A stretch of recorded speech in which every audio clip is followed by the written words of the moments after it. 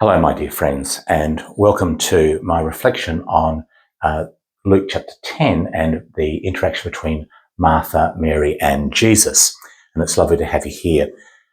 Today, we turn our attention to this well-known but often misread story in the Gospel of Luke, Jesus' visit to the home of the two sisters, Martha and Mary. This is found in Luke 10, chapter 10, verses 38 to 42. And here we see a quiet domestic scene that has stirred what I would call centuries of interpretation and debate, and most of it has been, I think, misunderstood. On the surface, it seems like a simple lesson about priorities. Mary sits at Jesus' feet and listens, while Martha works to prepare and serve.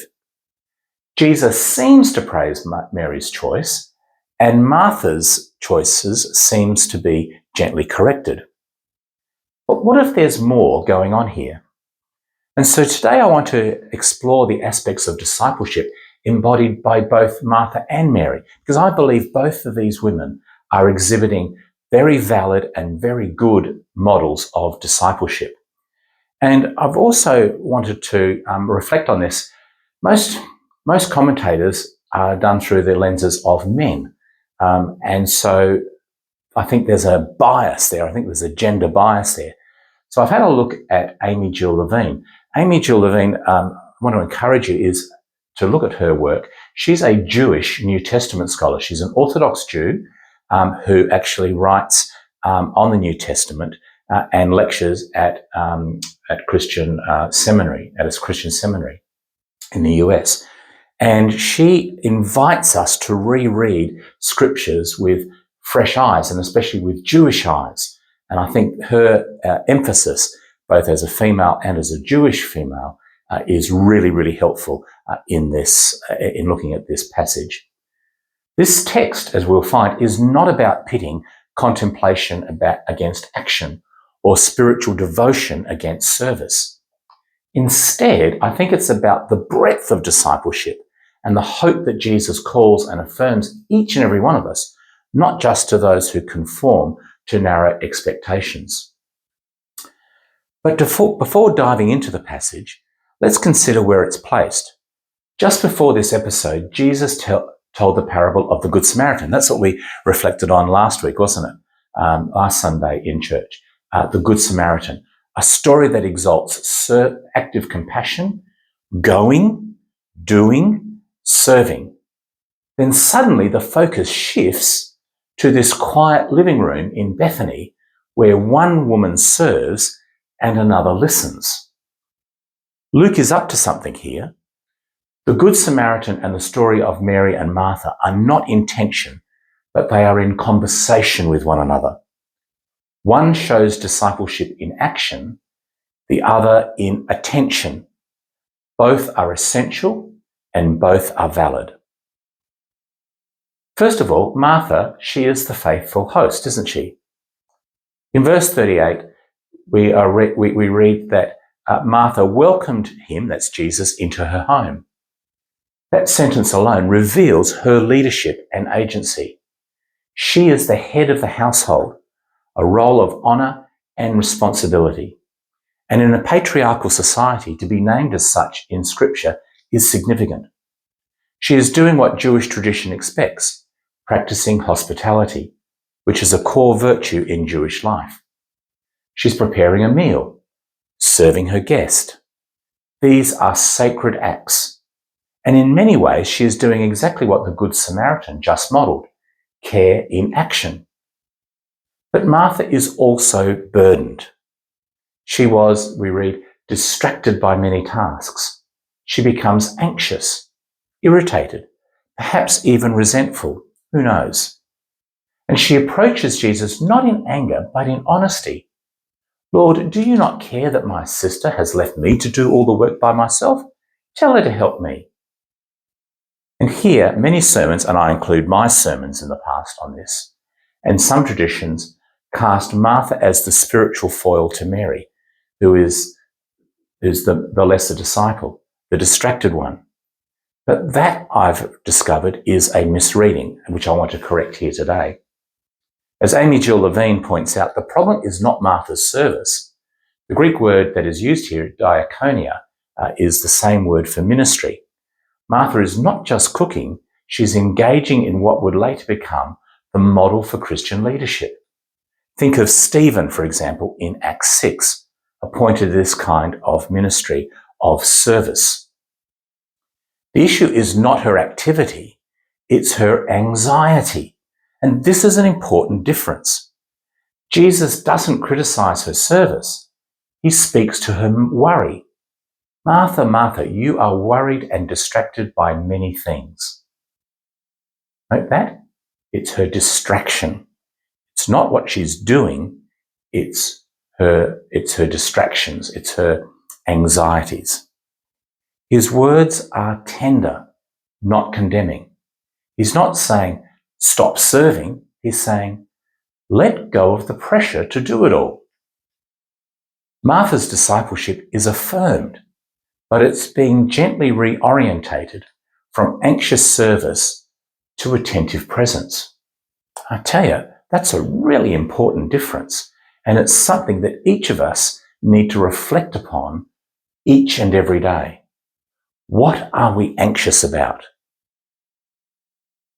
Mary, the bold disciple, is completely different. She sits at the Lord's feet and listens to what he's saying.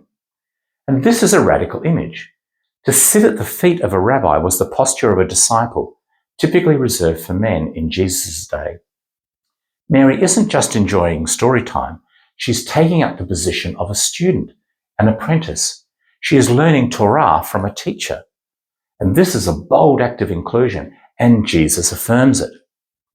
In this one verse, Mary breaks through multiple gender norms, and Jesus not only permits this, he celebrates it. We should all do that. Amy Jill Levine invites each of us to see how shocking this would have been in the first century.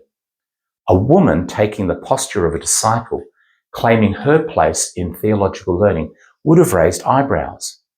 But Jesus doesn't push her away. He says, Mary has chosen the better part, which will not be taken away from her.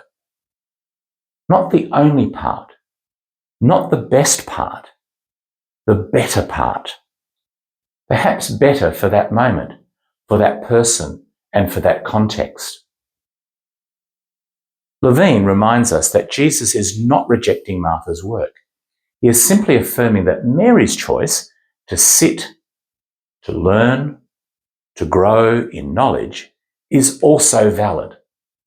In a world that often denied women access to theological training or leadership, this moment, this particular moment, is bursting with hope. So what does this mean for us today?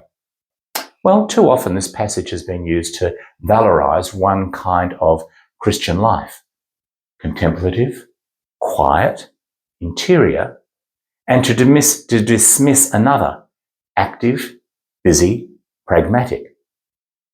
But the reality is that real discipleship includes both. This is why Luke puts the Good Samaritan and this story in conversation with each other. Real faith lives in both spaces of activity and contemplation. Some of us are more like Martha. We organise, we serve, we bake casseroles and run programs and volunteer and make sure the church doors are open and the candles are lit. Some of us are more like Mary. We hunger for deep theological truth. We read and reflect. We sit in prayer and study. And sometimes we're actually interested in both. But neither is greater. Both are necessary. And this is where hope rises. The hope of this story is that all forms of faithful discipleship are seen by Jesus. All forms of discipleship are welcomed by Jesus. All forms of discipleship are affirmed by Jesus. Whether you're in the kitchen or in the classroom, whether you lead with your hands or whether you lead with your heart, Jesus says, "You are mine, I notice you, and I see you."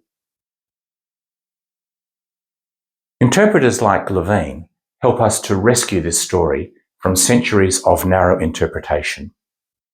Historically, the church often used this passage to domesticate women, to tell them to be more like Mary, quiet and spiritual, not like Martha, active and assertive. After all, for the church, active and assertive women have always been a challenge, a danger for them. Ironically, Mary, who is transgressing gender roles by sitting as a disciple, has been made into a model of passivity. She is anything but. But when we read the text in its cultural and literary context, we discover two women who are both transgressive and faithful. Martha takes leadership in the home and in ministry. She speaks directly to Jesus, asserting her concerns. She doesn't shy away from leadership. Mary takes leadership in a different posture of leadership in a different way. She takes the posture of a disciple, challenging social norms, and Jesus blesses both of them. The message is not be like Mary, not Martha. The message is be a disciple, whether through service or study, action, or contemplation, leadership or learning. And by the way, both leadership, traditional leadership and learning is actually leadership. This should encourage each and every one of us, not just women, but anyone who has felt that their form of discipleship is second class. Whether you're at the feet of Jesus or in the kitchen of ministry, there is a place for each and every one of us. We live in a world that often divides us into doers and thinkers, activists and contemplatives, practical people or spiritual people. But this passage offers a unifying vision. Discipleship is not either or, it is both and. The reality is our church today needs Marthas who will host and serve and organise, and the church needs Marys who will study, teach and proclaim. And in truth, we are called to be both at different times. In Martha's anxiety and Mary's attentiveness, we can see ourselves, and each of us are invited to grow. The good news is this: Jesus sees the fullness of our discipleship. He welcomes the Marthas and the Marys. He calls each of us to be more fully present, more deeply rooted, and more freely alive in Him. In closing, let's not reduce Martha and Mary to caricatures. Let us instead receive them as full disciples, for that is what they are, full disciple women who model the rich, varied, sometimes messy reality of following Jesus. Let's honour Martha's ministry and Mary's learning.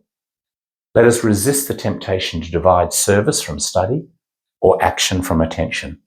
And let each of us rejoice in the hope this passage brings, that wherever you find yourself on the journey of faith, in the kitchen, in the sanctuary, at the table, or at the feet of Jesus, each of us are seen, each of us are called, and each of us belong to Jesus. Here's a couple of things in which you might reflect on going forward. In what way do you identify with Martha or Mary? And how has your own discipleship been reflected both in, how has your own discipleship reflected both action and contemplation? Here's another thing to reflect on.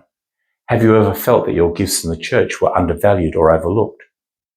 And what might this message of Jesus say to you and to me, to that experience? And finally, how can we as a church community affirm all forms of discipleship to create space for each of us to flourish? The Lord be with you.